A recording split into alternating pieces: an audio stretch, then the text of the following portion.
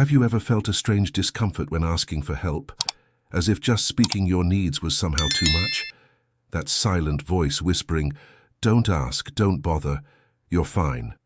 But deep down, you know, you're not. Carl Jung once said, "Until you make the unconscious conscious, it will direct your life and you will call it fate." And here's the hidden truth.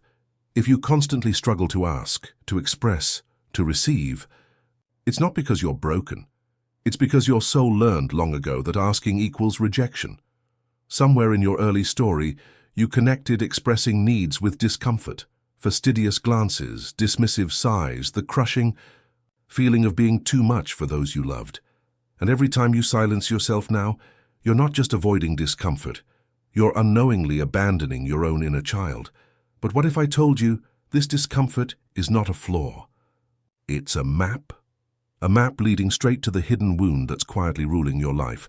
Today we'll uncover the 3 alarming signs that your mental health is at risk, and most importantly, how to start healing from the inside out. And if you're ready to take this journey deeper, stay with me until the end. I'll share how you can access powerful teachings based on Jung's transformative psychology that will help you reclaim your voice and sense of worth. This is where your healing begins. There's a silent epidemic affecting more lives than we realize, and it doesn't always look like sadness, anxiety, or visible despair. Sometimes it hides behind a polite smile, behind the words "I'm fine" when your heart is quietly aching. Carl Jung understood this hidden suffering deeply. He called it the shadow, the unseen forces within us that shape our behavior, without our conscious awareness. And one of the most dangerous ways this shadow operates is through the belief that I don't deserve. This belief isn't loud. It doesn't scream for attention. Instead, it softly rewires how you relate to the world. You avoid asking for help. You downplay your successes. You reject love before it can reject you. And in this quiet refusal to receive, your mental health slowly deteriorates. But where did this belief begin? Jung taught that every suppressed emotion, every unmet need in childhood doesn't simply vanish. It retreats into the unconscious, becoming a silent architect of our adult struggles. Think back to the moments when you needed comfort but were told to toughen up. The times you reached out, only to feel like a burden. These experiences taught your younger self that it's safer to stay silent than to risk rejection. Yet no matter how deep these wounds run, they are not your destiny. Jung believed that by bringing these unconscious patterns into awareness, we unlock the door to healing. And today, you're holding that key. If this resonates, consider subscribing to this channel. Together, we explore these hidden patterns and walk the path of conscious healing. And for those ready to go even deeper, I invite you to discover a collection of powerful teachings based on Jung's psychology, a transformative resource to help you reclaim your self-worth and emotional freedom. Your healing doesn't begin when everything is perfect. It begins when you decide, "I'm worthy of more." And right now, that moment is unfolding before you.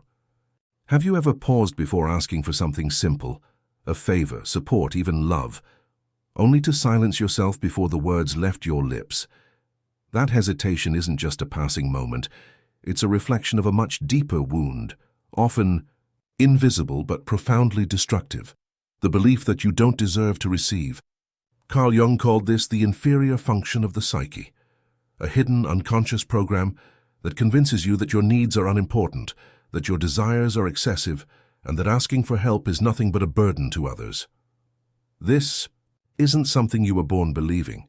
It was programmed into you through painful, often forgotten experiences. Think back to your earliest memories. Do you remember a time when you boldly expressed what you wanted? As children, we are naturally connected to a sense of deserving. We cry when we're hungry, reach out when we need comfort, and shamelessly ask for what we desire. There is no hesitation, no guilt, no fear. That is our purest state, knowing we are worthy simply by existing. But life intervenes, and what happens when those cries for help are met with frustration instead of compassion? When your requests are met with sighs, sharp words, or cold indifference? A child doesn't reason, "My parents are overwhelmed." A child concludes, "I must be too much." Every rejection, every withheld hug, every moment of emotional absence from those who were supposed to protect and nurture you becomes a silent lesson. And over time, this becomes a contract you sign with yourself. If I don't ask, I won't be rejected. If I don't express my needs, I'll avoid being a burden. And so you learn to shrink your presence to fit the emotional capacity of those around you. You dim your light so others aren't uncomfortable.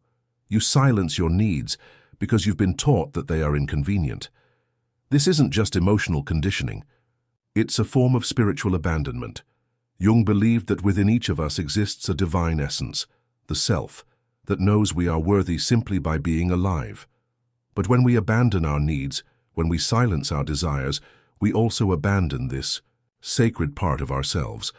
That divine spark begins to dim, buried under layers of guilt, shame, and self-denial. And so the cycle begins. You avoid asking for help, even when you desperately need it. You suppress joy because somewhere deep inside, you believe you haven't earned it. You stay in toxic environments because your subconscious whispers, "Who am I to ask for more?" Your mind rationalizes these decisions by saying you're being humble, that you're strong because you can handle everything on your own. But this isn't humility. This is the unconscious manifestation of unworthiness. True humility isn't about denying your needs. It's about recognizing your value without arrogance or shame. What's most tragic about this pattern is that it disguises itself as virtue. You convince yourself that it's noble to suffer in silence. You tell yourself that strong people don't need help. But strength is not the absence of needs. It's the courage to voice them.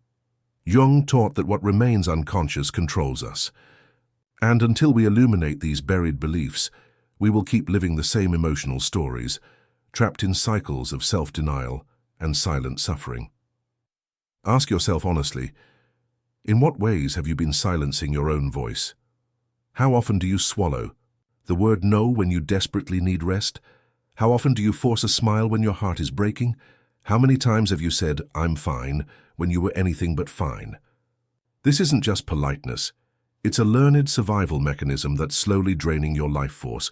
This is not who you truly are. Beneath these learned patterns lives a soul that knows exactly what it deserves: love, peace, dignity, and joy. But reclaiming this truth isn't an intellectual exercise. It's an emotional and spiritual journey back to the parts of yourself you left behind. The journey back to this truth begins with one brave step, acknowledging that you have been carrying a story that was never yours to begin with. Recognizing this is a profound act of courage. It means facing the moments in your past when you felt unseen, unheard, and unworthy. It means revisiting the memories where you were made to feel small simply for having needs. And it means gently, lovingly telling yourself, "I deserved better then, and I deserve better now."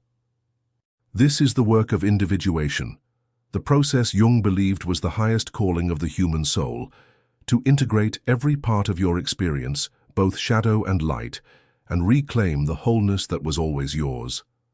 And as you begin to do this, something miraculous happens. You start to realize that asking for what you need is not a weakness. It's a reclamation of your rightful place in the world. It's a declaration that you are here, you matter, and you deserve to be heard. So, ask yourself again, what is the story I've been living under? Whose voice told me I was too much? Whose discomfort taught me to stay small? And most importantly, am I ready to lay that story down and write a new one? As we move deeper into this exploration, remember this truth. It's not weakness to say, "I need help." It's not shameful to say, "I desire more." It's a brave and radical act of self-love. And when you begin to believe this, truly believe this, you will feel something shift deep within you. A quiet knowing, a return to the home you thought was lost forever. And that, my friend, is where true healing begins. The hidden fear of rejection.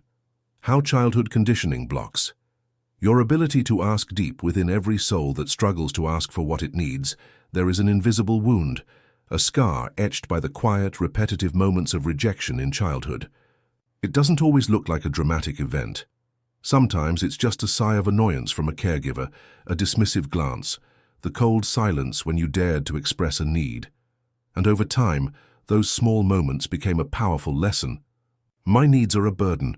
My desires are inconvenient. If I ask, I will be rejected. Carl Jung explored this phenomenon through the lens of the shadow self, the part of our psyche that holds everything we've suppressed or denied. For many, the simple, natural act of asking was exiled into this shadow. Instead of being celebrated as a sign of healthy self-awareness, it became linked to shame, guilt, and fear. Imagine a child standing before their parent, eyes wide, heart open, asking for something as simple as an extra hug before bedtime, and instead of warmth, the child is met with frustration or dismissal. In that moment, the child learns to associate vulnerability with pain. The mind quickly forms a defense. If I never ask, I can never be rejected. And just like that, a protective wall is built around the heart. But here's the devastating consequence of that wall. It doesn't just keep out rejection, it also keeps out love, support, and the deep human connection we all long for. Grow into adulthood feeling unseen, unheard, and emotionally disconnected. And yet, every time the urge to ask arises, that old fear echoes back. Don't bother. You're only going to be disappointed again. Jung believed that true healing begins by making the unconscious conscious. To break this cycle, you must first see it clearly. Ask yourself, what do I believe will happen if I express my needs? Do you expect anger, withdrawal, ridicule? Are you afraid that the mere act of asking will make you unlovable? These beliefs didn't appear overnight. They were carefully crafted by your early experiences, moments when you internalized the idea that love must be earned through silence, sacrifice, and invisibility. But Jung reminds us that the psyche isn't fixed. What was learned can be unlearned. What was hidden can be brought back into the light. Start small. Begin by acknowledging the fear itself. Feel it without running. Sit quietly and trace its roots. Whose voice do you hear when that fear speaks? Is it your mother's sigh of exhaustion? Your father's stern correction? A teacher's dismissive laugh? Recognize that this voice is not your own. It is an inherited script, not your destiny. Reclaiming the power to ask begins with self-compassion. Speak to yourself as you would to a dear friend. Replace the harsh inner critic with a voice that says, "You are worthy of being heard. Your needs are valid. Asking is not a burden. It is an act of self-love." And when the time comes to ask, whether it's for a simple favor or a deeper emotional need, allow yourself to feel the fear and do it anyway. The goal isn't to eliminate fear overnight. It's to build a new emotional memory, one where asking does not lead to rejection, but to connection, understanding, and even joy. Remember, every time you honor your own voice, you are not just healing yourself, you are breaking a generational pattern. You are teaching your nervous system that safety exists even in vulnerability. You are expanding your capacity to give and receive love freely, without the old walls of fear. This is how the journey back to yourself begins. Not with grand gestures, but with the quiet, revolutionary act of saying, "I am worthy, I am allowed to ask, and even if the answer is no, I will not abandon myself again." Reconnecting with your inner self, the sacred act of remembering. You deserve more. When you begin to dismantle the walls built by years of emotional silence, something extraordinary starts to happen. You begin to hear the faint whispers of your forgotten self, the version of you that once knew without hesitation that asking was natural, that deserving love and care was as instinctive as breathing. Carl Jung called this journey the process of individuation, a sacred return to the self, to the most authentic, unfragmented version of who you are. It's not about becoming someone new. It's about peeling away the layers of conditioning that made you forget who you were in the first place. But this reconnection is not a straight path. It's a spiral, often returning you to the same painful memories with a deeper understanding each time. The difference now is that you don't face them as the abandoned child. You face them as the conscious adult, the one capable of holding space for your own healing. Have you noticed how, even now, when life offers you something good, you hesitate?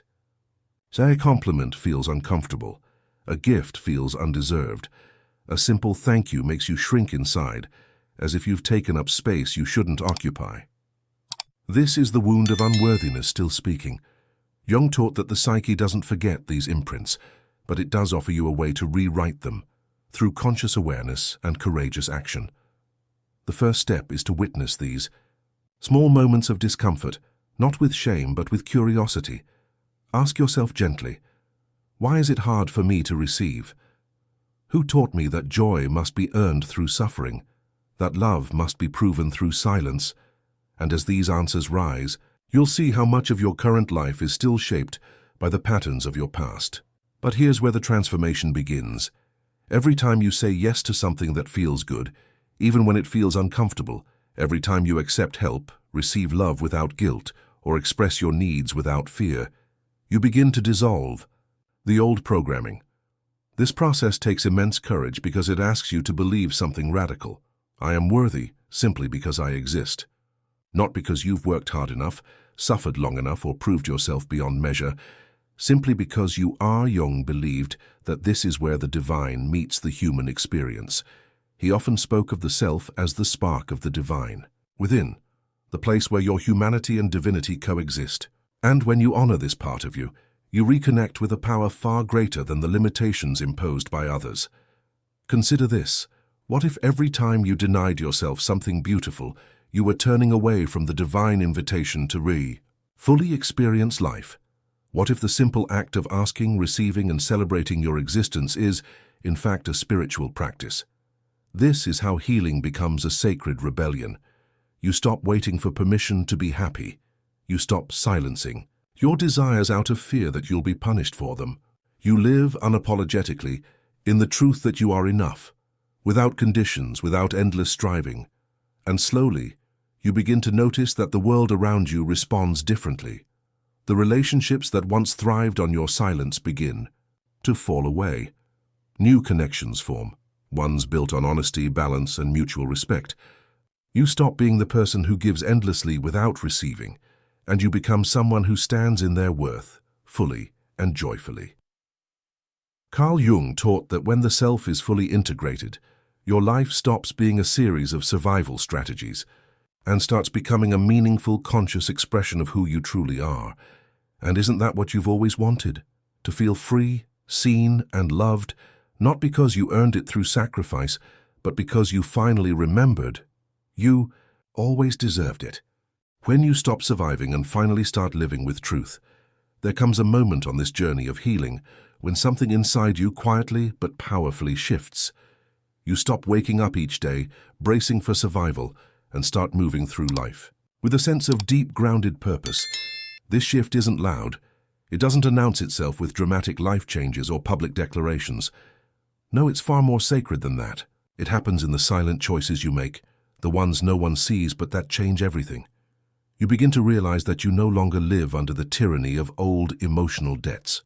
You no longer carry the weight of constant self-sacrifice as a badge of honor. For the first time, you start to ask yourself, what do I truly want? And more importantly, how can I live in alignment with that truth, unapologetically?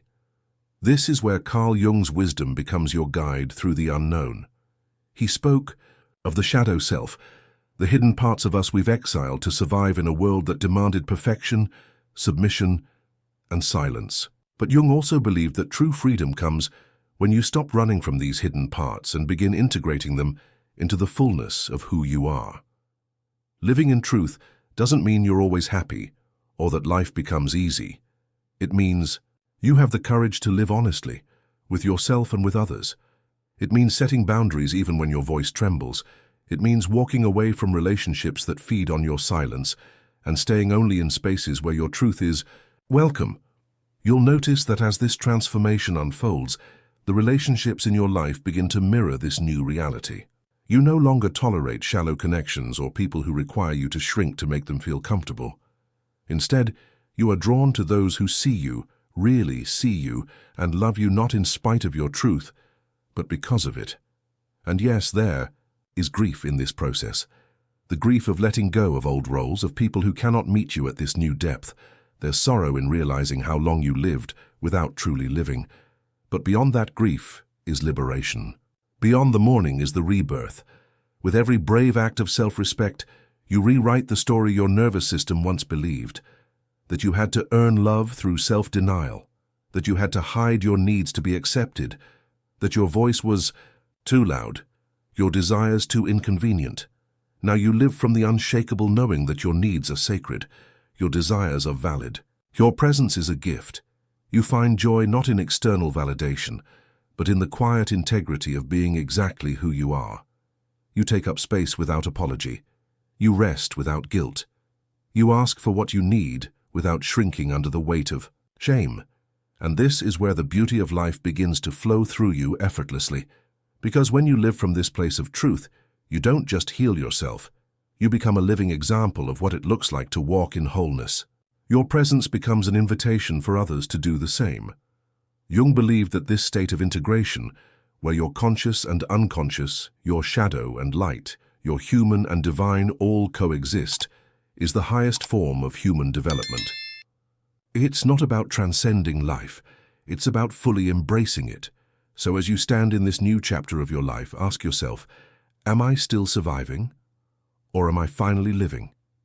And if you find that you're still caught in the cycles of survival, know this, every moment is a new opportunity to choose differently, to choose yourself, to choose truth, and through that choice to unlock a life that feels like freedom.